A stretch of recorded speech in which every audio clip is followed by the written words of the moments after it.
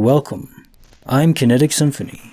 I hunt down and report on weird and true mysterious stories, from glitches to the paranormal.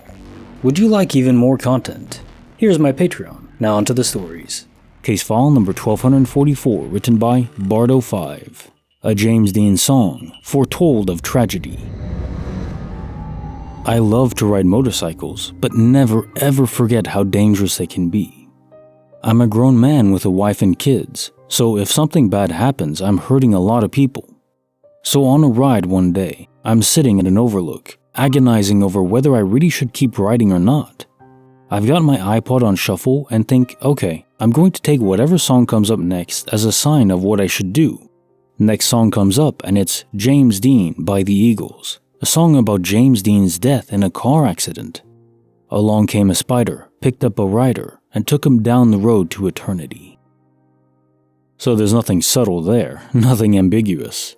As I'm riding home, thinking about selling the bike, I turn a corner and I kind of laugh thinking about how stupid it would be to bump the bike because of a tiny little dog in the road. Then I turn the next corner and there's this huge freaking Rottweiler standing in the middle of the road just staring at me. I mean, this thing was right out of The Omen. So my mind's made up. I sell the bike. 2 weeks later, the guy I sold it to wrecked the bike because a dog ran right in front of him. He wasn't killed or even hurt badly, but it feels like we're way beyond coincidence here. Still miss riding, but feel very confident I did the right thing. Case notes of file 1244. A James Dean song, Foretold of Tragedy. So I share a love of motorcycles or e-bikes or bikes of any kind. Cars never felt natural to me, and they're so lethal. Part of it I think is that you're positioned on one side instead of being centered, so it doesn't feel as normal. I'm sure eventually it becomes normal, but I'd rather just have a motorcycle. And the other thing is, with a car, one mistake and people can die. It's possible on a motorcycle too for sure, but far less likely to kill someone else, versus a car. The risk is front-loaded on yourself, and I'm okay with that. I'd rather have the risk on me instead of on other people. Now that said, everyone should ride carefully and not engage in any speed demon activities as tempting as they may be, and they are tempting. These stories do illustrate the dangers of biking, yes. Was it a real omen though? Maybe a guardian angel interaction, effectively warning you away from a near certain accident later on. I don't think it was like a cursed bike or anything, and even with great gear and not traveling too fast, it can be fatal. Or maybe worse, injuries that aren't fatal but you'd wish they had been. Being paralyzed, for instance, trapped in your own body, unable to move on your own. That would be a fate far worse than death. Case file number 1245, written by Xariltngraxe. My mom's psychic warning before a car accident. My older sister, Kate, was getting ready to go to her boyfriend's house. She was taking the family car, and the boyfriend was going to follow her in his car. They were both already at my family's home. My sister came into my room where my mom and I were talking to say bye to us. As the hug between her and my mom is ending, my mom got this weird blank look on her face and touched Kate's chest right about where one boob starts. My sister is obviously weirded out and says something to the effect of, "What the hell, Mom? Why did you touch my boob?" To which my mom replies, "Oh, I'm sorry, I just thought," and trailed off, still with a blank, distant expression on her face. Kate and I make eye contact, probably both thinking, Mom's a little loony, before she awkwardly says her goodbyes to my mom. Mom is still staring, expression reading very concerned and confused. She just says, "Kate, honey, be safe." Then Kate says okay and leaves. I ask my mom what the hell just happened, and she can't seem to find any words. Not 2 minutes later, her phone goes off. It's the boyfriend. Kate was hit head-on by someone driving in the wrong side of the street, going way too fast.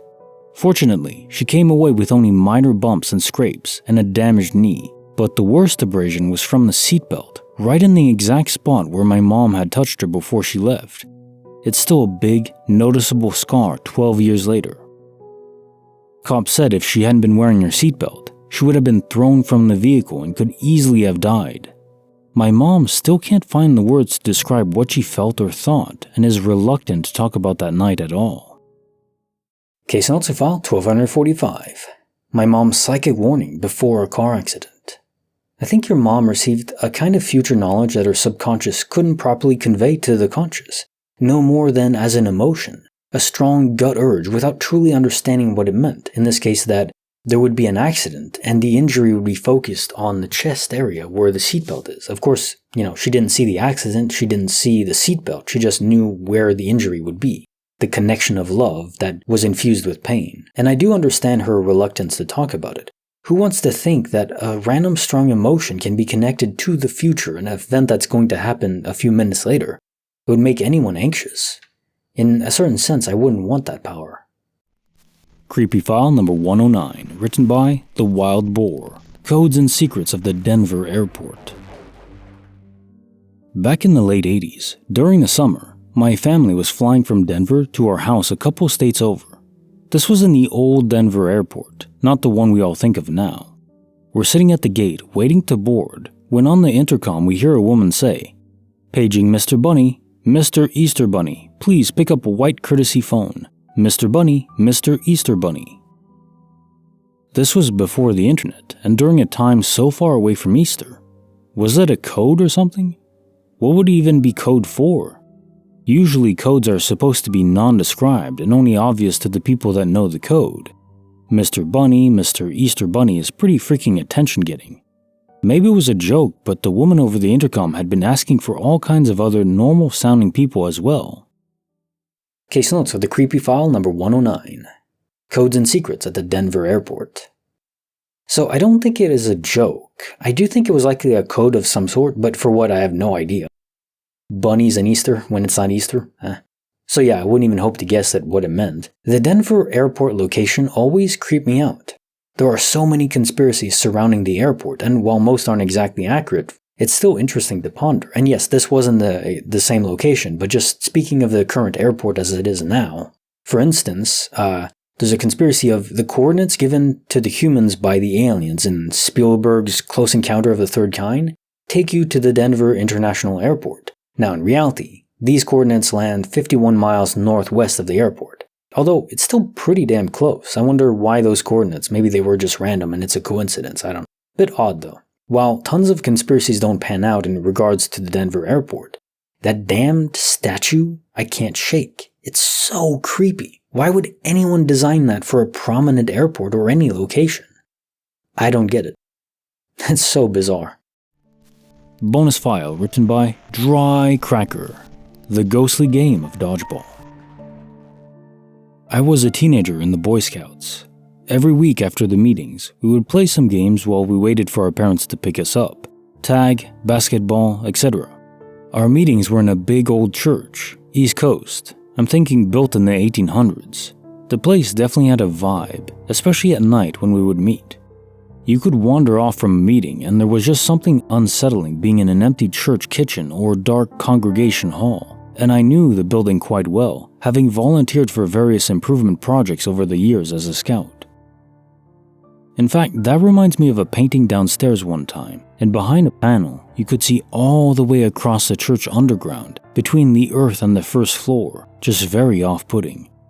Anyway, back to the meeting. My friend and I went to the basement to find a ball to start a game with. We were chatting about where we could locate a ball down there when all of a sudden we heard the sound of bouncing. I turn around the corner and in an empty hallway, just plain walls on either side, is a ball. The inflatable type you could grip and use for, say, dodgeball, bouncing as if someone had just dropped it. Dub dub dub dub dub dub dub dub dub dub. It came to rest and my friend and I just stared at it in terror. I'm not sure how much time passed before someone called for us, came noisily down the stairs and retrieved us and the ball. To this day, I can't explain how that happened, but it still gives me the chills to think about it, and it's just a ball. But where did it come from? Case notes for the bonus file, The Ghostly Game of Dodgeball. I find myself thinking about my only church experience, well, two, counting the one with my grandma 2 years ago.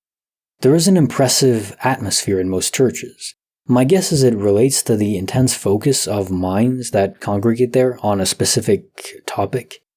When pooled collectively, the mind affects the charge in the air, I guess you could say. Best way I can describe it. Now, as for the ball, I guess a lonely ghost, probably a child. How could you not be lonely, tethered to one spot, reliving the same moments again and again?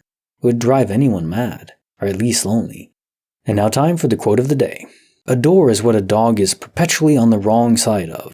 Ogden Nash. Very true. Very accurate for Mr. Ben.